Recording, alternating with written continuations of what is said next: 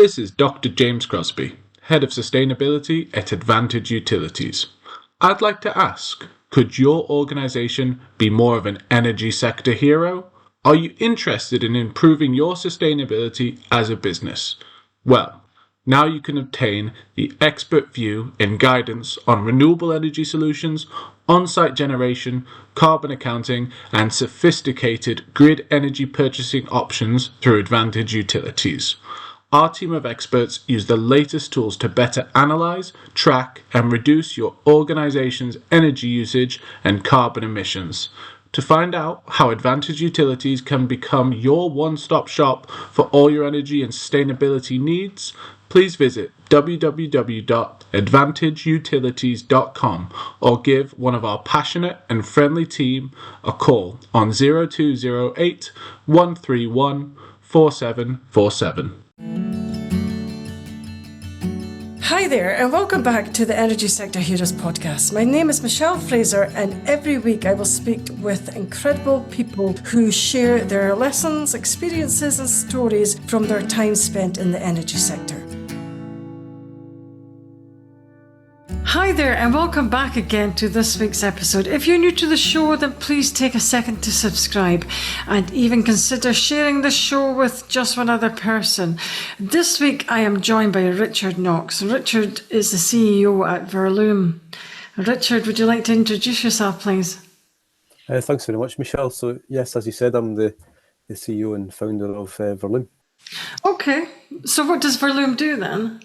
Sure, yeah. So at Verloom, we provide temporary power on the seabed using lithium-ion battery systems, and we also provide permanent energy storage solutions which interface with offshore renewables. So we help kind of stabilise the power and remove the intermittency that you get with renewables.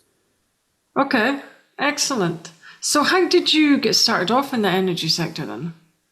Well, I originally studied mechanical electrical engineering at uni, so I was always really interested in engineering from a really young age.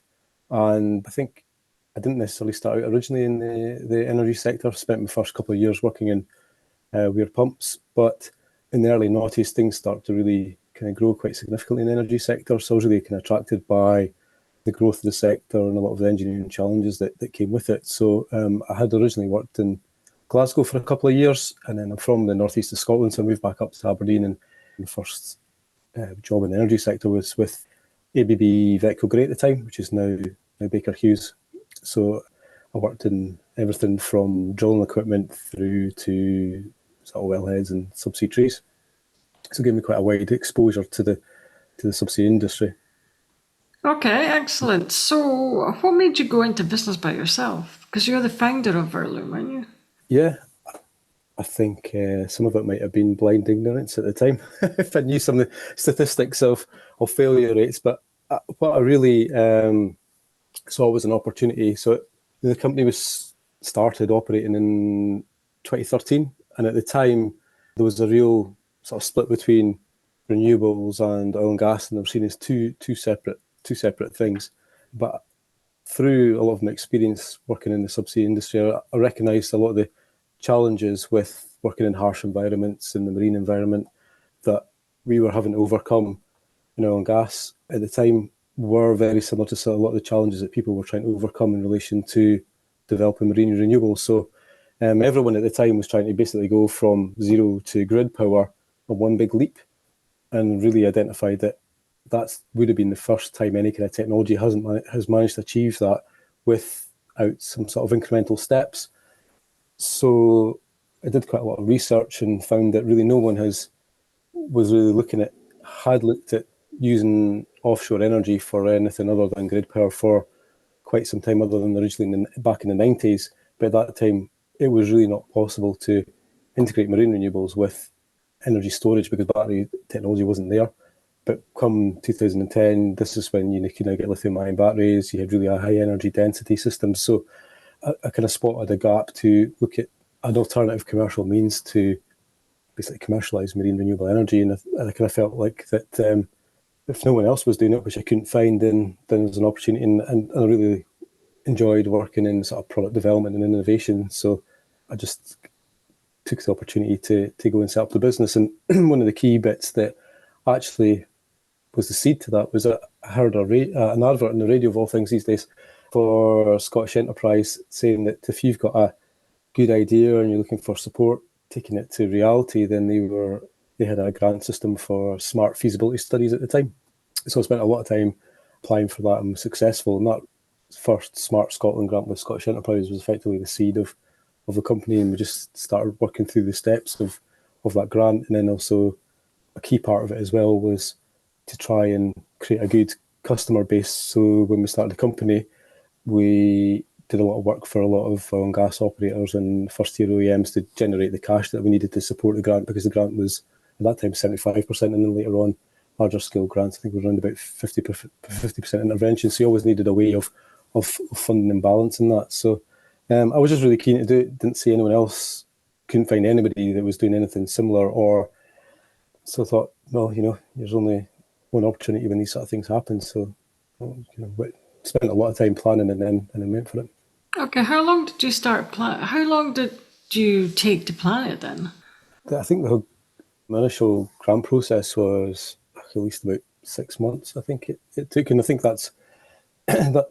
A lot of that was because I need to do things like build a business plan, do financial models, all sorts of things that I hadn't done in my engineering role before. I mean, I was familiar with a lot of the commercial side of the subsea industry, but I wasn't so familiar with creating a business. So it took quite a bit of time, especially the business plan, the technical side of it.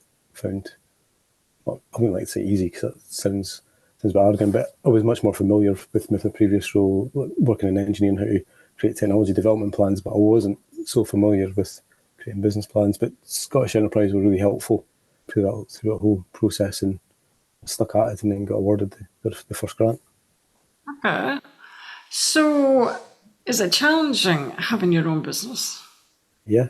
There's always, I kind of like to say I'm responsible for, because we've got just under 40 employees now, and I like to say I'm responsible for nothing and accountable for everything all the time. And there's always something, but we're not just building a business, it's the space that we're working is, we're creating a new market segment effectively. So it's got all the potential reward at the other side, but it's the timing of it is something that's really quite critical. I think we suffered a little bit in the early days, being a little bit ahead of our time. So we used to kind of joke that we were doing the energy transition before the energy transition was a thing.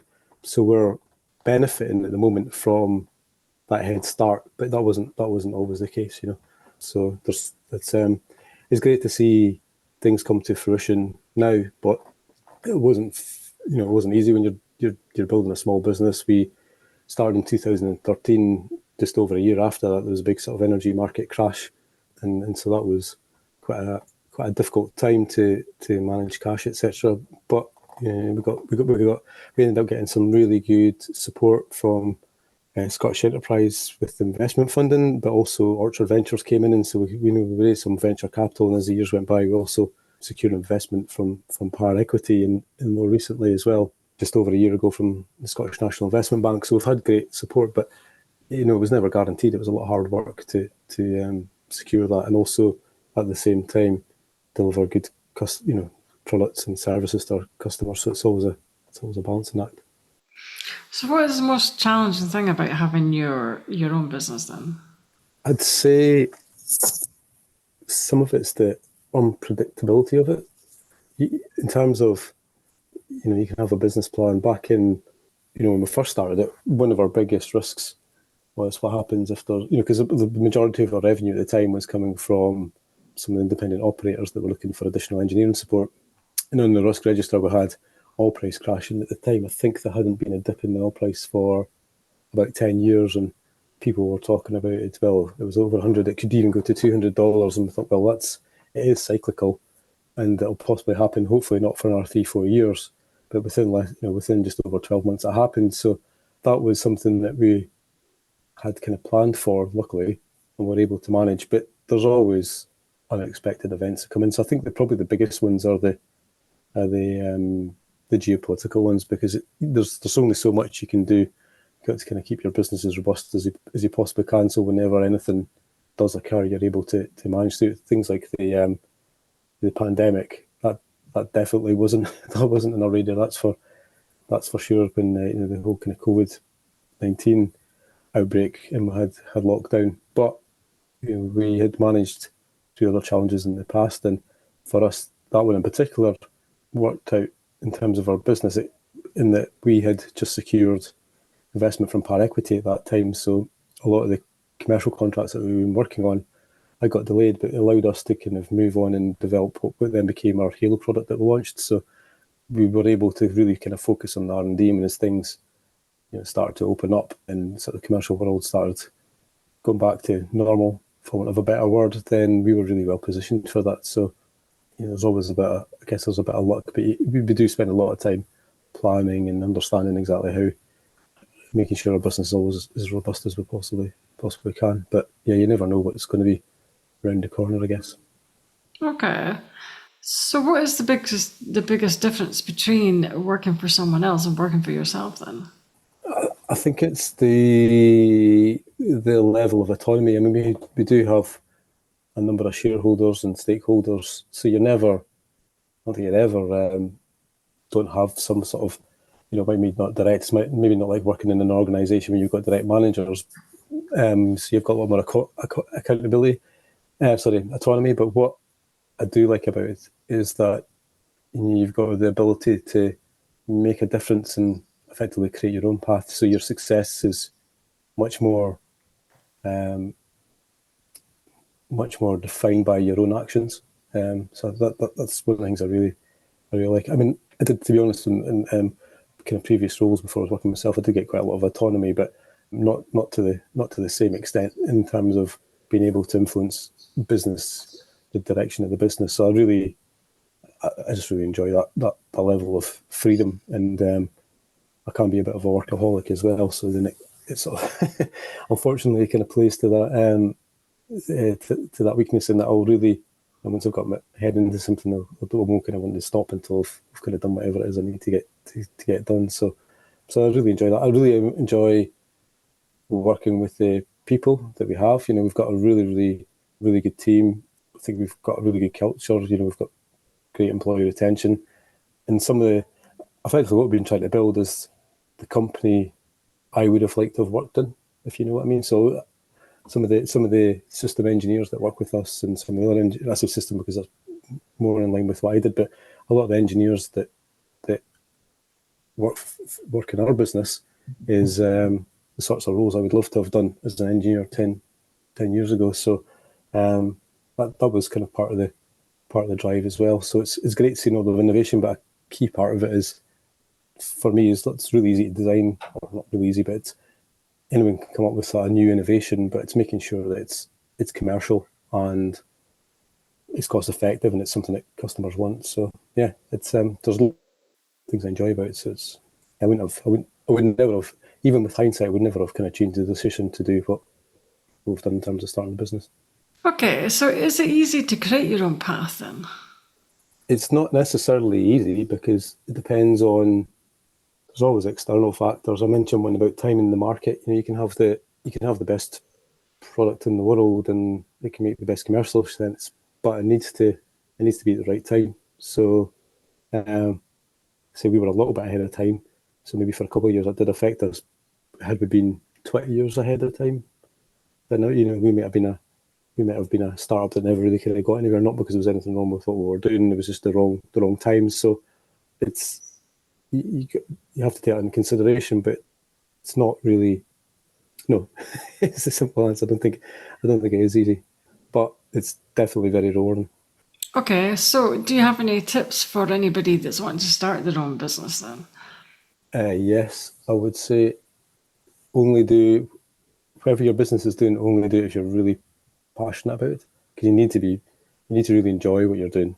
Don't just start a business for the sake of starting a business. You need to really want to, whatever product or whatever service, whatever sector it is that you're working in, you need to be really passionate about it and be really enthusiastic in a way that it doesn't feel like work, because you can't spend a huge amount of time. So I can't remember the phrase, but if you do what you enjoy, you'll never have to work a day in your life. So it needs to be something along that lines. And then also, do a lot of research. So, I mean, I spent a lot of time before I started the business trying to see if anyone else was doing what we were kind of planning to do. A lot of time, because you can think you've got the best idea, but the likelihood of it not being invented or not someone not trying it in the past is usually pretty low. But you might find that someone's tried to do something similar, and if you can identify what that was and why it didn't work, and if you've got a way of potentially improving on that so it technically and commercially does, then yeah, go for it. But you have to be prepared for a lot of hard work. But like I said before, it's very rewarding.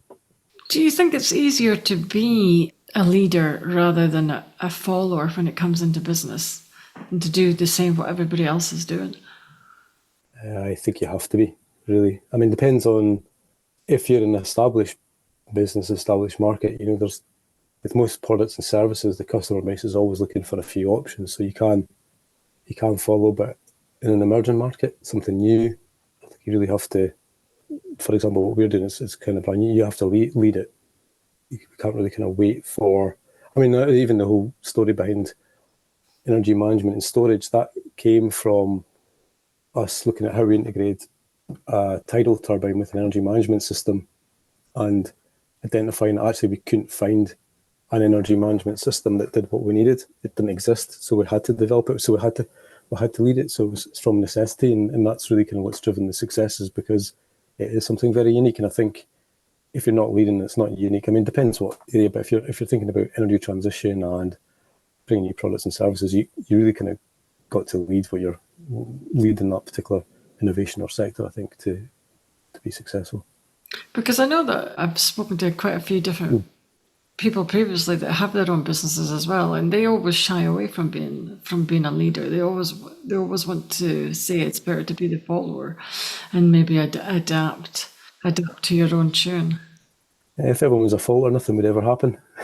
Somebody has to lead. So yeah, I mean, I guess if it's something established, then I'm being quite black and white with it. If it's something that's established, then yes, you can get the benefit of other people. And I guess if you look at us, I mean, we say we're a leader, but at the same time, we've led off the back of looking at how other people have tried to enter the marine energy market. We've seen what other people have tried, seen what works, what doesn't work, and then adapted it. So, we can call ourselves a leader, but at the same time, we are a follower in that we are not the first people to try and convert energy from the ocean. But I guess where we are now, we are the leader in this particular field in terms of how we stabilize power and how we get that to a useful application. But yeah, it's I get where you're coming from.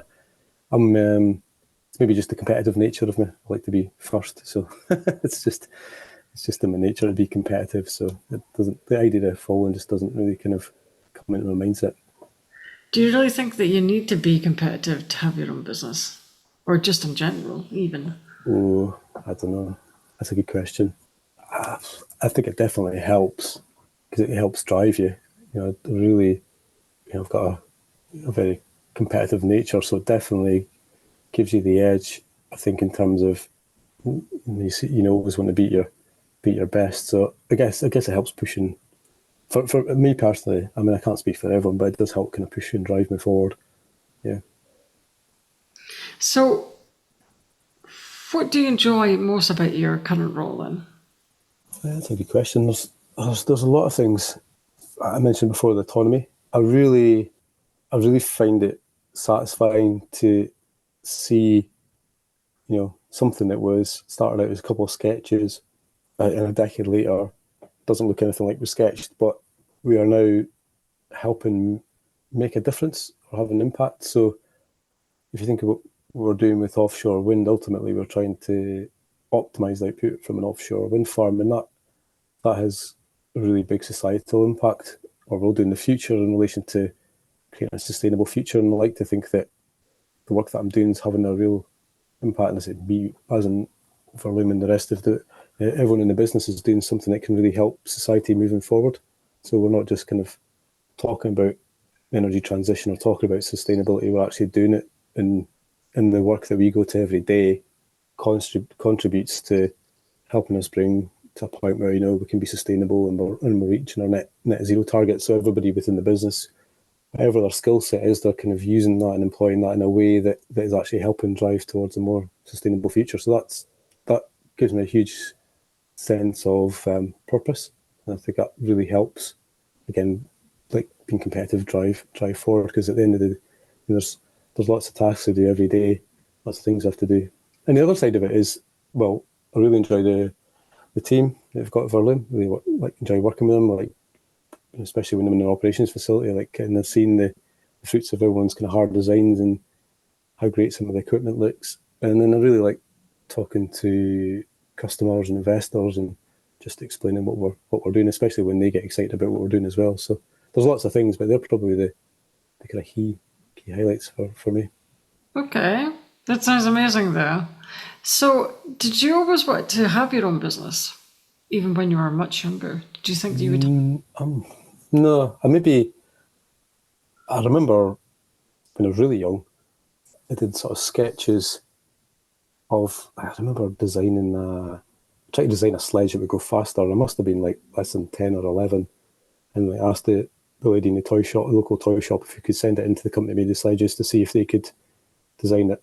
And then I don't think I got a response, but I did get it I sent a sketch, and that's when I didn't quite understand torque. I just thought you could make gears bigger and bigger and bikes would go faster.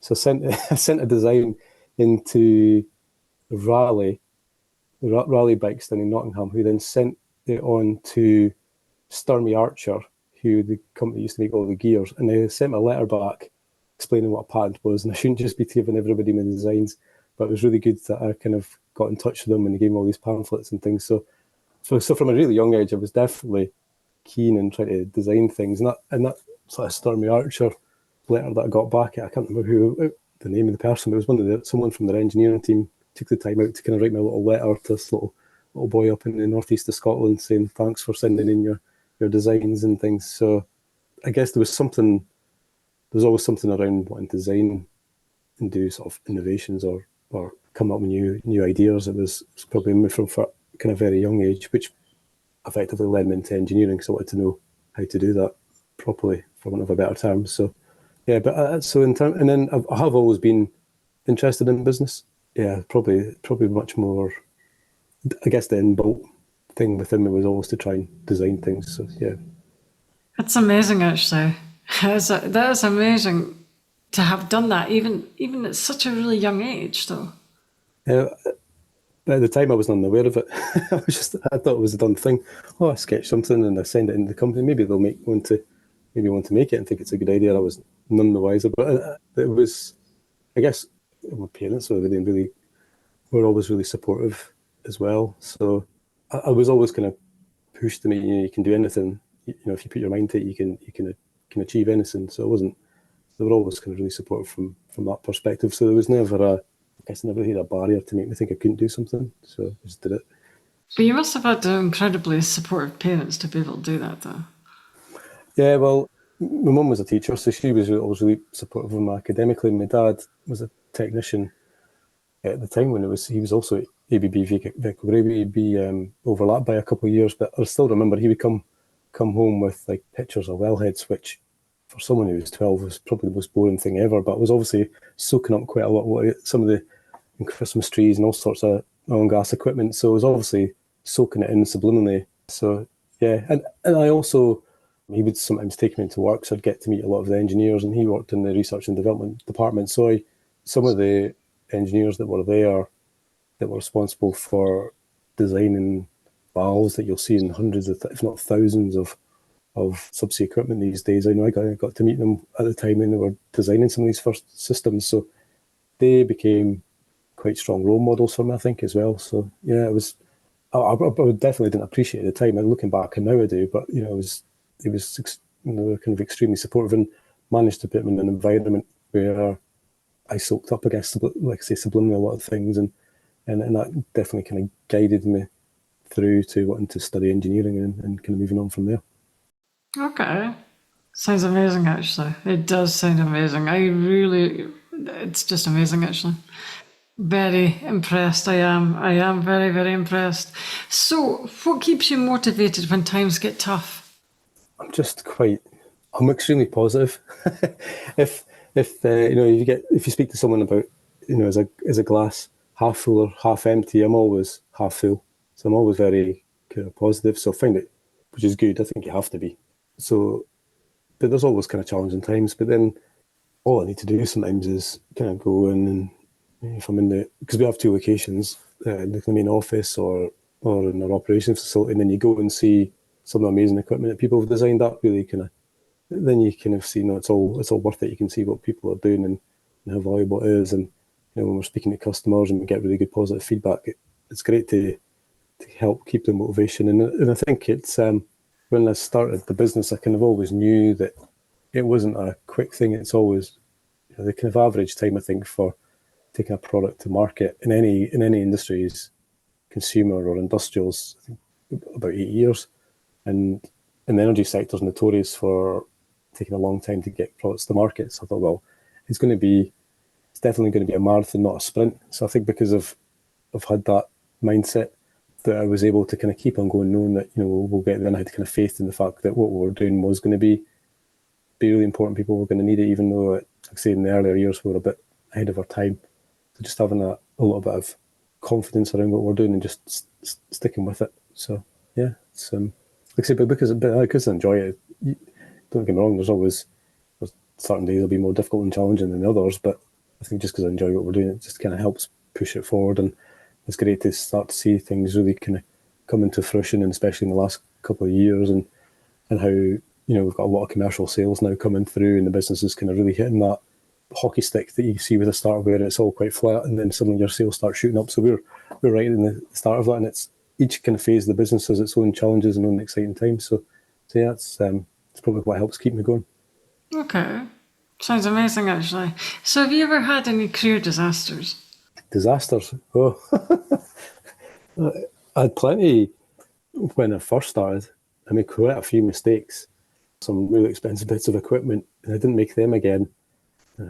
There's some expensive bits of metal that weren't quite right, but I managed to, in each instance, managed to kind of resolve it and find fixes for things pretty quickly. So it was kind of took responsibility for my own actions and managed to fix them. And I think that really kind of probably in my earlier kind of engineering career helped, I guess, because I was so responsive. I think that's quite a key thing in terms of when there was an issue.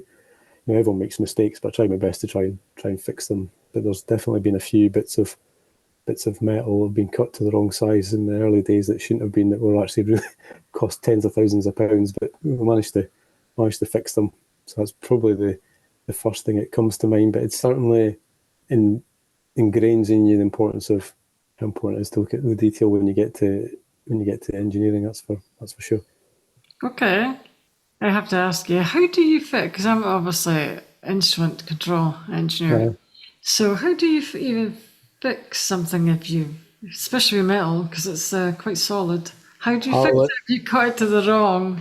Because I've never... Yeah, Ally 65 is your friend. It's expensive, but most of Subsea equipment has Alloy 65 cladding somewhere in it for seal surfaces and things. Sometimes we've had to use that in places that wasn't necessarily planned, because it's very expensive. But some of them, I remember, we had to put a whole load of extra cladding on, so which I'm getting quite specific now, but it doesn't have the same tensile strength as most alloy steels. But if it's in compression, it's okay. So got away with the fact that it was being used in compression. So it made a few components a little bit more expensive than they should have been, but they still worked fine. Yeah. And there's definitely a few. The other one is a lot of the subsea structures. They have these drop legs that pierce the seabed, so if the fishing nets come over, they don't catch. But try to get the tolerance in some of these fabrications so they actually come out and don't rattle all over the. Not so tight that the leg still comes out, but not so slack that it just rattles all over the place and still does its own job. There's plenty of fun times trying to play about with things like that to get the tolerances right. But they're probably the ones that stick in my memory the most. Okay, excellent. So, have you got any advice for a younger audience about coming into the energy sector? Yeah, I'd say it's extremely diverse, and I think it's to be honest, the growth in the energy sector is going to be so big. No one really kind of knows how it's going to pan out. It's, we've got a slide that we use where there's various, what level of hydrogens are going to be, what's going to be carbon capture and storage, how big the market is going to be in offshore wind, how much will people use traditional oil and gas. It's so broad that I wouldn't be necessarily too concerned about what area of the energy sector you're in, because the skills are so transferable. So I think what to do is maybe kind of focus on the skill set that you enjoy the most, because if that's the thing you enjoy the most, that's probably the one that you'll excel at. And then, worry when you get later in your career, then you can worry more about exactly which area of the energy sector you're in. But we're going through effectively the next stage of the industrial revolution. You've had coal, wood, steam, wood, oil and gas, and now we're moving on to the next, and there's nuclear in there as well. So now we're moving to the next phase, and it's not going to be a one size fits all. There's going to be a range of opportunities. So really just, it's a great sector to be in, but try and find a discipline, whether it's engineering or any area of business or science. Find the thing you really enjoy and try and get an opportunity within the sector through that, because it's grown at such a rate that your skills are going to be much in demand and much needed. So yeah, I think that's what I would suggest anyway. Okay, and that is good advice. So I'm going to wrap things up. Maybe ask you one more question. If you would turn back time, would you change anything? Well, hindsight's a wonderful thing to have. I'm sure. I think the experience I have now, if I had that at the start, there's probably quite a few mistakes I would have been able to avoid. But fundamentally, yeah, I would still have done the same. Still started the business, still have done the same, made some decisions. So I think now, with the hindsight of experience, I might have been able to get to where we were a bit quicker. But again, that kind of goes back to the fact that really we've had the issue of being a little bit ahead of the market. So even if we moved quicker, it wouldn't necessarily meant that we were successful any quicker. So I think that's the timing. I think is the ultimate thing that's really difficult to manage when it's from external factors. Like I say, we've got the benefit of it now, but no, I would have still done the same things. Right, that's all the questions I have today. I would like to thank Richard for your time. That brings us to the end of another episode. Thanks for listening, and see you next week. That brings us to the end of another episode. Thanks for listening. If you enjoyed the show, I'd like to gently encourage you to leave a 5-star rating wherever you listen to podcasts and share the show with another person. You can also follow me on LinkedIn or via my website, www.michellefraserconsultancy.com. Thanks again for listening, and see you next week.